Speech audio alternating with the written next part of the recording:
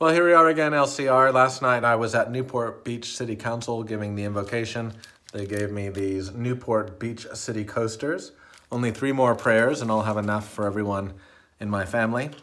There was an economist there presenting to the city council members, and he was saying that the economic data for California is really strong, stronger than expected. And we're not just talking about places like Silicon Valley. We're talking about large corridors from, say, LA down to Newport Beach, strong economic numbers that are really sort of surprising. The main challenge is finding enough workers to participate in all the good things that are happening. But he talked about that even with some of the best news that we've had, there's a temptation to pessimism or cynicism, something he called miserabilism. And he saw it as something not just afflicting our state, but afflicting our country. How is it that even with good news, we find ourselves cultivating being miserable? I was really surprised. In many ways, he was preaching to them.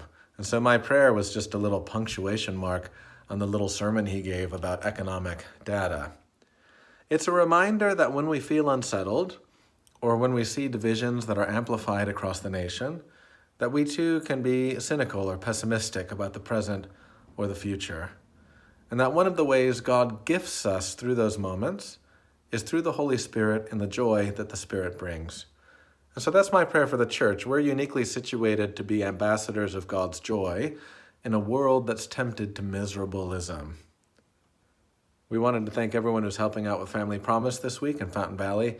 Thank you to those members of our congregation who are loving the homeless and loving God and our neighbor.